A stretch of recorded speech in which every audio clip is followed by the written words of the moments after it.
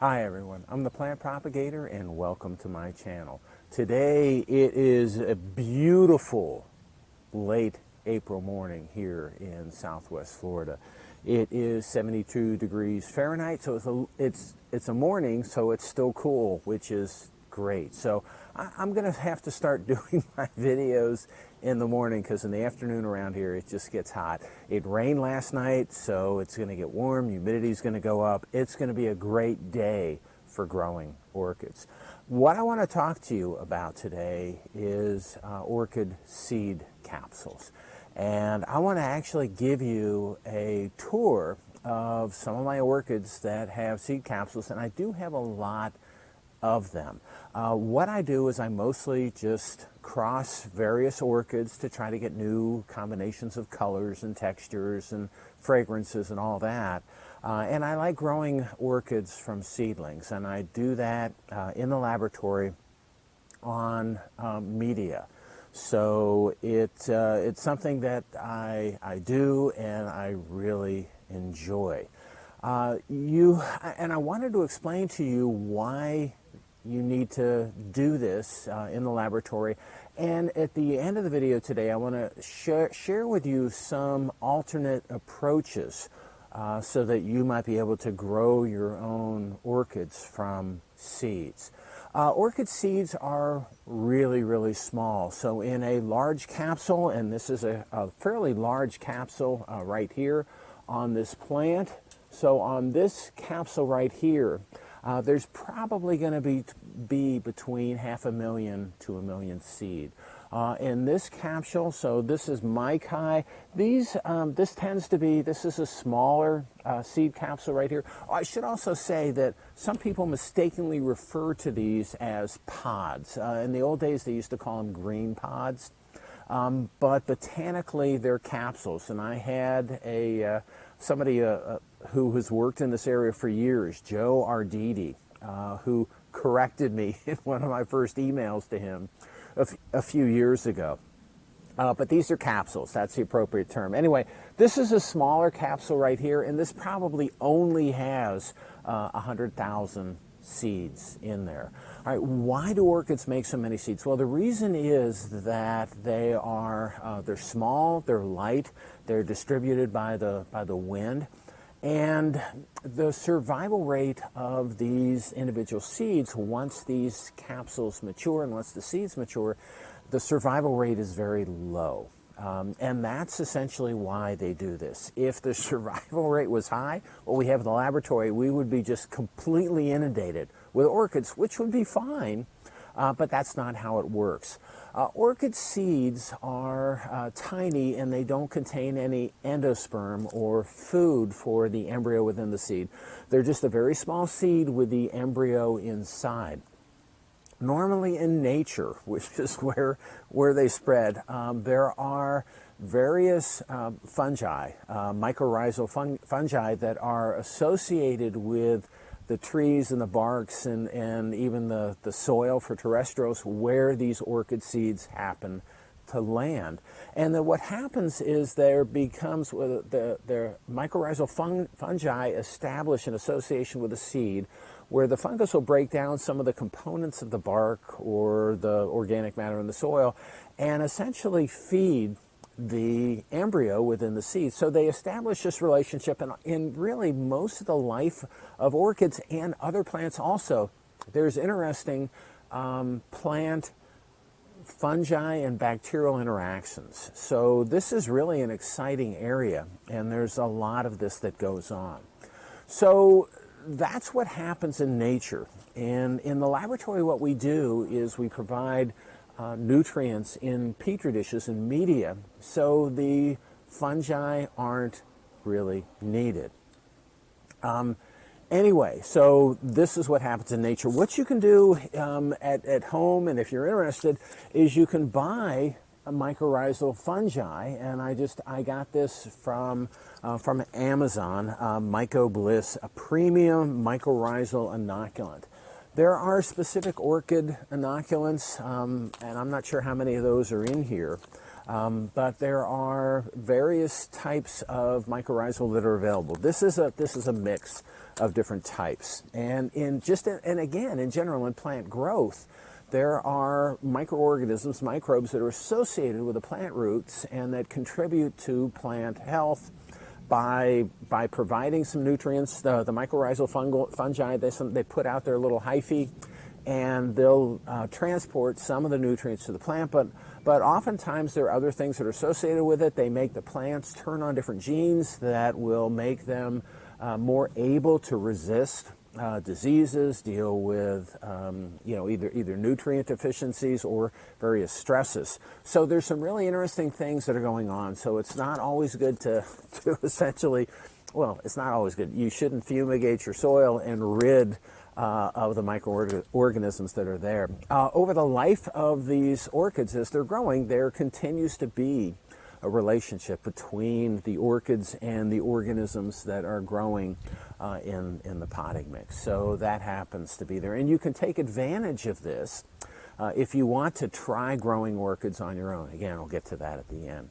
For right now, what I wanted to do was show you, because I've got a lot of seed capsules, and I want to share some of those with you. And I've got really one of the largest seed capsules that I've ever seen on an orchid, and I want to share that with you as well. So this is, I got to look at this, a Cornerstone Compass from RF Orchids here that has this pretty big seed capsule that's close to ready. And this is my Kai that has a smaller capsule. What happens as these capsules, they grow and they mature, and the maturation time on the capsules is going to vary depending on the type of plant that you have, but also the environment. So if the temperatures are warm, you're going to get a really fast maturation. If they're cool, things slow down. Metabolisms of plants slow down when it's cooler, so it's going to take longer for that seed capsule to mature. But what will happen is the capsule will stay green most of the time. Oh, and I should mention, I didn't mention the time, but the times that it takes is anywhere from 3 months to upwards of 9 months. For the Cattleyas that's here, for this type of Cattleya, it's probably 4 to 5 months. With this Cattleya, the maturation time of the capsule, at least for harvest, for a green capsule, is 6 months. After that time, what happens is the capsule, it'll give you hints that it's starting to mature. They say, there's a table that you can find for the American Orchid Society website that gives you times of optimum capsule maturation. And you should look at this, but ultimately, because it's influenced by temperature, the health of the orchid, a number of different things, you look for yellowing. Once the capsule starts yellowing just a little bit, that means that the capsule is mature. It's either mature or bad. I should also mention that even though you hope that all of these will be successful, I've had a run of capsules lately where they've started to yellow and you open them up and there's no seed in there. So whether you have an incompatible cross or whether the capsule wasn't mature enough and everything just kind of went downhill from there, I don't know. Sometimes this doesn't work. The optimum situation is that it does work, and there's 100,000 to 1 million seed in these individual seed capsules. But what you look for, again, for the capsule when it matures is you look for a yellowing of the capsule, and then it'll turn brown, and then it will split. All right, and if it splits, you can still use that for some applications. But what I try to do for bringing in the laboratory is collect the capsule right before it splits. The capsule splits along the seams, and I've got a video here showing a capsule that recently split in my collection, and I'm pretty excited about this cross. But this capsule split, and I'll take it in the laboratory and sterilize the seeds and use it. For right now, let's get back to these guys, and what I want to do is show you some of the capsules that I have maturing on the plants. I want to show you the big capsule, and then I want to explain an alternate method that you may be able to use to get some capsules, or to get some seeds germinating for you at very low efficiency at home without media, without scientific tools and equipment and things like that. Okay, so let me get behind the camera and give you a tour of some of my capsules. Okay, so I wanted to show you this one first. This is a pair of seed capsules from Vanilla. and they're fairly large. I made these crosses myself, and this is vanilla pompona. This is not planifolia, vanilla planifolia, that you actually make vanilla out of. But I'm excited that I generated these capsules, and they're just huge. They're just really big, and this is growing on my foxtail palm. So just really nice, big capsules. But I wanted to show you these first. Let's take a look at my my other orchid capsules. Okay, I'll get started with this one. This is another large capsule that's on one of my plants. I should also say that when you have a lot of capsules on your plants, what happens is you get a little bit of a, you know, it's not really good for for growth of the plant itself. So this orchid right here is feeding, you know, a couple of million babies, and so you may not get this quite the same level of growth on the orchids that are having capsules. And some people even claim that you can't see this really good, can you? Some people claim that if you have a capsule, you're not even going to get flowering the next year. So this capsule right here is on green veil dressy. There's some small capsules here. So this capsule right here on this plant, I've got another capsule. These are really pretty recently pollinated. Another capsule right there on that plant. What I want to do is go over and show you some of capsules on some of my other plants. These are larger ones right here. So this is a capsule forming, and there's another capsule right there forming on this plant. This is Odom's Grand Delight, and there's another, where is it? There it is. There's another flower forming. This blooms constantly, and I'm pretty happy with this. And the question is, if it didn't have the capsules, the two capsules on this plant, would it even be blooming more? I don't know the answer to that. Over here, and I haven't removed these, so I'm going to have to weave my way and try to find these. And it's kind of hard to find these on the viewfinder that I have. Oh, there it is right there. Okay, so that's a capsule, and this is Oprah Winfrey right there, and that's a really nice capsule right there. And there's a flower that's also coming up on Oprah Winfrey. So that seems to do well. Moving back here a little bit, you may not be able to see it very well. So this is Momolani Rainbow. That's back in here. Oop. Okay, so let's take a look around at some more capsules over here. This is just loaded. And those are two capsules. Then that is Mahina Yahira Mishima. And this plant also blooms a lot and grows a lot, but that's a lot of drain on that plant. So I think that there's just not going to be a whole lot of new growth coming out on that. And I think, is that it? I've got, oh, and I do want to show you. So this is a plant that going down here, hard to see. It's pretty bright out here, even though it is early in the morning. So the flower on the left right there that's in the middle of the screen, this is Momolani Rainbow, but I just crossed this with this flower that's fading right here with an encyclia. And I don't know what's going to happen with that. But it's pretty exciting for me because this is a wide hybrid. And I don't know if that's going to work. But, I mean, it looks like it is. The flower's fading. It's doing what it should be doing. But I don't know if it's going to be a successful cross. Okay, and I actually think that's it as far as the capsules that I wanted to share with you today. So maybe I don't have as many as I thought. Okay, so what I'm going to do is get behind. Oh, I want to show you this. So this is I'm excited about this.